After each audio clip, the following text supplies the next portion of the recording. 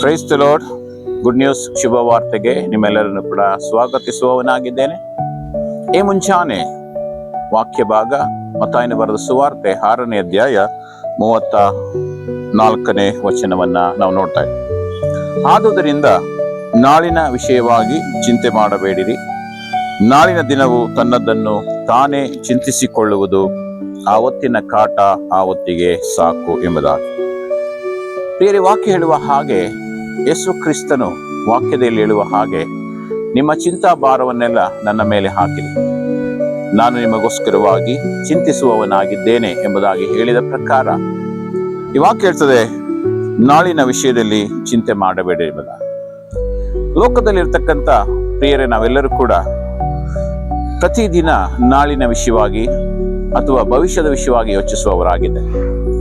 ಆದರೆ ನಾಳೆ ನಮ್ಮದಲ್ಲ ಪ್ರಿಯರೇ, ಭವಿಷ್ಯವು ಕೂಡ ನಮ್ಮದಲ್ಲ, ಇವತ್ತು ಮಾತ್ರ ನಮ್ಮದಾಗಿದೆ.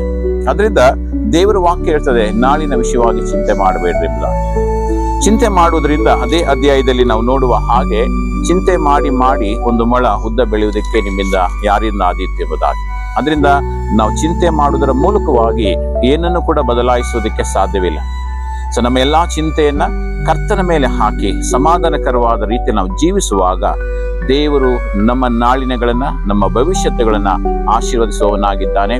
ಈ ದಿನದ ಕಾಟ ಇವತ್ತಿಗೆ ಸಾಕು ಎಂಬುದಾಗಿ ದೇವರು ವಾಕ್ಯ ಹೇಳುವ ಹಾಗೆ, ನಾವೆಲ್ಲರೂ ಕೂಡ ನಾಳಿನ ವಿಷಯವಾಗಿ ಚಿಂತೆ ಮಾಡದೆ ಇವತ್ತು ನಾವು ಹೇಗೆ ಕ್ರಿಸ್ತನೊಂದಿಗೆ ಜೀವಿಸ್ತಾ ಇದ್ದೇವೆ, ಹೇಗೆ ದೇವರೊಂದಿಗೆ ನಾವು ನಡ್ಕೊಳ್ತಾ ಇದ್ದೇವೆ, ಹೇಗೆ ವರ್ತಿಸ್ತಾ ಇದ್ದೇವೆ ಎಂಬುದರ ಬಗ್ಗೆ ಚಿಂತೆ ಮಾಡುತ್ತಾ ದೇವರ ಸನ್ನಿಧಾನಕ್ಕೆ ಹೆಚ್ಚು ಹೋಗೋದಕ್ಕೆ ಪ್ರಯಾಸ ಪಡೋಣ.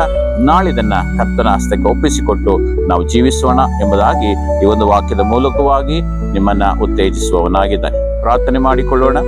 ತಂದೆಯಾದ ದೇವರೇ, ಈ ವಾಕ್ಯವನ್ನು ನೋಡುತ್ತಿರುವಂತ ಅಥವಾ ಕೇಳಿಸಿಕೊಳ್ತಿರತಕ್ಕಂತ ಎಲ್ಲಾ ನಿನ್ನ ಮಕ್ಕಳನ್ನ ಆಶೀರ್ವದಿಸು.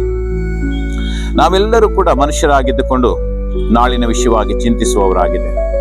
ನಾಳೆ ಏನಾಗುತ್ತೆ, ನಮ್ಮ ಮಕ್ಕಳ ಭವಿಷ್ಯ ಏನಾಗುತ್ತೆ, ನಮ್ಮ ಮಕ್ಕಳ ಮದುವೆ ವಿಷಯ ಏನಾಗುತ್ತೆ, ನಮ್ಮ ಕೆಲಸಗಳು ಏನಾಗುತ್ತೆ ಎಂಬುದಾಗಿ ನಾವು ಯೋಚಿಸಿ ನಾವು ಜೀವಿಸುವಂತವರಾಗಿದೆ. ಆದ್ರೆ ಇವಾಗ ಕೇಳುವ ಹಾಗೆ, ನಾಳಿನ ವಿಷಯವಾಗಿ ಚಿಂತಿಸಬೇಡ್ರಿ ಎಂಬುದಾಗಿ ನೀನು ಹೇಳಿದ ಹಾಗೆ, ಹೌದು ಕರ್ತನೆ, ನಮ್ಮ ಎಲ್ಲಾ ಚಿಂತಾ ಭಾರವನ್ನ ನಿನ್ನ ಮೇಲೆ ಹಾಕಿ ನಾವು ಜೀವಿಸುವುದಕ್ಕೆ ಬಯಸ್ತೇವೆ.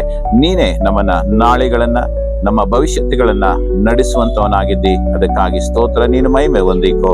ಯೇಸು ನಾಮದಲ್ಲಿ ಪ್ರಾರ್ಥಿಸ್ತೇವೆ ತಂದೆಯಾದ ದೇವರೇ, amen. God bless you. Praise the lord.